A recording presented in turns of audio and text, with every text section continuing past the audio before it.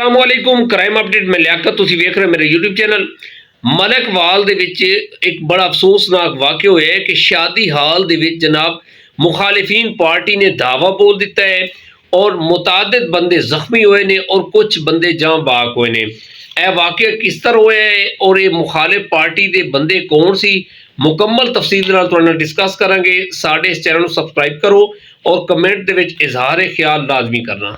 गुज़िश्ता रात ਨੂੰ ਮੰਡੀ ਬਹਾਵਲਦੀਨ ਦੀ ਤਹਿਸੀਲ ਹੈ ਮਲਕਵਾਲ ਦੇ ਵਿੱਚ ਇੱਕ ਸ਼ਾਦੀ ਹਾਲ ਹੈ ਰਾਇਲ ਨਵਾਬ ਸ਼ਾਦੀ ਹਾਲ। ਉੱਥੇ ਇਹ ਤਕਰੀਬ ਹੋ ਰਹੀ ਸੀ, ਵਲੀਮੇ ਦੀ ਤਕਰੀਬ ਚੱਲ ਰਹੀ ਸੀ ਔਰ ਇਸ ਦੇ ਵਿੱਚ ਮੰਡੀ ਬਹਾਵਲਦੀਨ ਦੇ MNA ਚੌਧਰੀ ਨਾਸਿਰ ਬੁਸਾਲ ਸਾਹਿਬ ਵੀ ਤਸ਼ਰੀਫ ਲਿਆਏ ਹੋਏ ਹਨ जनाब। और शानदार पार्टी हो रही है, खाना वगैरह हो रहा और कुछ बंदे खाना खा चुके हैं और कुछ बंदे खाना खा रहे हैं।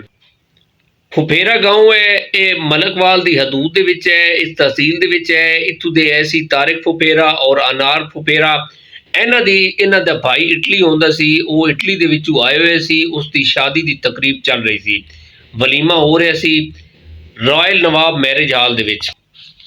और अक्सर बंदे दी मुखालफत होंदियां ने, दुश्मनियां चलदियां ने, लेकिन इस तरह की जिहड़ी सफाक हरकत इन्हां ने कीती है, इहदी जितनी मुजम्मत की जाए कम है। तारिक फुफेरा का भाई जो इटली तो आया है, रियाज की ख्वाहिश लैके आया है। यकीन करो कि उसके विआह नूं एक दिन होया सी, अजे वलीमे की तकरीब जारी है सी कि ए जनाब इस तकरीब दे विच उन्हां दे बड़े बड़े मेहमान आए हुए सी और जिहड़े MNA साहब हैं चौधरी नासिर बुसाल साहब ये भी तशरीफ लाए हुए हैं। और ये जिस तरह गए ने ना, रैकी हो रही सी और जरा सफाक है सी। इन्हां दा मुखालिफ पार्टी का बंदा इस तकरीब दे विच है सी, पल पल की खबर दे रहा सी। जिस टाइम ये जिहड़े MNA साहब हैं ये तशरीफ लैके जाते हैं, उस टाइम जनाब मुखालिफ पार्टी के बंदे आ जाते हैं, अंधाधुंध फायरिंग शुरू कर देंगे ने। यकीन करो हर तरफ खलबली मच जाती है, बंदे जख्मी होते हैं और कुछ बंदे जिहड़े ने इन्हां दे तारिक भाई देखो ना कि यार भरा दा रिश्ता जड़ा बड़ा अजीब होंदा है। यकीन करो कि मैं दाद देना अल्लाह ताला इन्हां दी बख्शिश फरमाए। तारिक फुफेरा अपने भाई जड़ा इहदा दूल्हा भाई है सी, उस दे अगे उन्हां दी अपना कोशिश है सी मुखालिफ पार्टी दी कि दूल्हा ते अटैक करें। ए बंदा जड़ा इहदा भाई सी ना तारिक फुफेरा, ए अगे आया है, इन्हें सारी गोलियां सीने ते खाइयां ने जनाब। और इतने 5-7 बंदे जड़े ने ना वो जख्मी हुए ने, जिहदे विच जनाब तारिक फुफेरा और अनार फुफेरा ये दोनों रिश्तेदार ऐसे जनाब। और ये मौके ते जान बाग हुए ने, ये जानवर नहीं हो सके।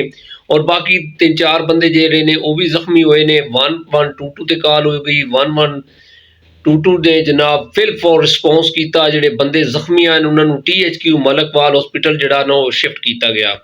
और यकीन करो कि मैं इत्थे दाद देना कि एक तरफ जनाब मुखालिफिन पार्टी फायरिंग कर रही है और एक तरफ जनाब ये जिहड़े रेस्क्यू के जवान हैं ये लोगों की जिंदगी बचा रहे हैं, अपनी जान जोखे ते। ए तुसीं देख रहे हो कि किस तरह जनाब ये भागम भाग इसकी मदद कर रहे हैं कि इसकी जान बच जाए। ए जिहड़े बंदे जख्मी हुए ने इन्हां दी जान बच जाए। और 3 बंदे जिहड़े वो शदीद जख्मी हुए सी उन्होंने भी हॉस्पिटल शिफ्ट किया गया सी। तारिक फुफेरा और अनार फुफेरा ये तो मौके ते जान बाग हो गए सन।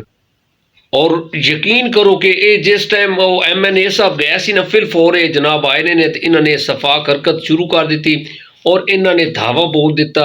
अल्लाह बेहतर जानता इन्हों की की दुश्मनी ऐसी जो गल्लां।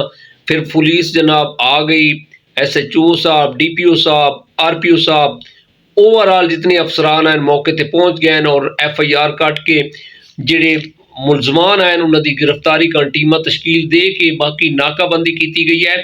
और ए जिहड़े हमला आवर आसन जनाब उस टाइम फायरिंग करते हुए जनाब ये गए ने पराडो ते आए सी जनाब ते 2-4 बंदे आए सी और इन्हां दे नज़दीक कोई नहीं गया क्योंकि तुहानूं पता है कि कानून नूं हत्थ च कौन लैंदा है।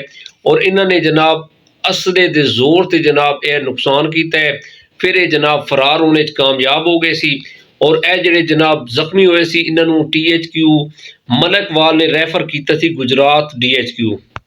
और दुश्मनी के हवाले के नाल मंडी बहावलदीन बड़ा अगे जा रहा है। और गुजरात दे विच ए दिन तुसीं देख रहे हो कि जिहड़ा वाक़या होया है कि कितनी सफा कितनी घटिया हरकत है कि बेचारे ने उस बेचारे के हत्थों ते मेहंदी लगी हुई सी या अजे उतरी नहीं सी ਕਿ ਇਹਨਾਂ ਨੇ ਜਨਾਬ ਉੱਥੇ ਧਾਵਾ ਬੋਲ ਦਿੱਤਾ, ਇਹਨਾਂ ਦੀ ਪਤਾ ਨਹੀਂ ਕੀ ਦੁਸ਼ਮਣੀ ਐਸੀ ਗੱਲਾਂ ਸਾਹਮਣੇ ਆਉਣਗੀਆਂ।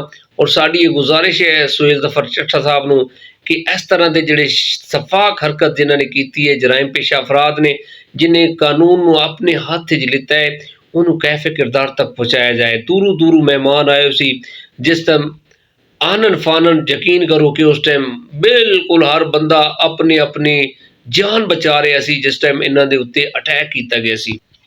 ਔਰ ਖਾਸ ਕਰ ਇਹਨਾਂ ਜਨਾਬ ਜਿਹੜੇ ਸ਼ਾਦੀ ਹਾਲ ਹਨ, ਇਹਨਾਂ ਦੇ ਸਿਕਿਉਰਿਟੀ ਗਾਰਡਾਂ ਨੂੰ ਅਲਰਟ ਹੋਣਾ ਚਾਹੀਦਾ ਹੈ, ਤਲਾਸ਼ੀ ਲੈਣੀ ਚਾਹੀਦੀ ਹੈ ਕਿ ਜਿਹੜਾ ਬੰਦਾ ਅੰਦਰ ਆ ਰਿਹਾ ਹੈ ਉਹਦੀ ਕਮ ਅਜ਼ ਕਮ ਤਲਾਸ਼ੀ ਲਓ, ਤਾਂ ਕਿ ਇਸ ਤਰ੍ਹਾਂ ਦੇ ਜਿਹੜੇ ਨੁਕਸਾਨ ਹਨ ਉਸ ਤੋਂ ਬਚਿਆ ਜਾ ਸਕੇ। ਇਸੇ ਪੈਗਾਮ ਦੇ ਨਾਲ ਸਾਨੂੰ ਇਜਾਜ਼ਤ ਦਿਓ। ਆਪਣਾ ਢੇਰ ਸਾਰਾ ਖਿਆਲ ਰੱਖਿਆ ਹੈ। खुदा हाफिज।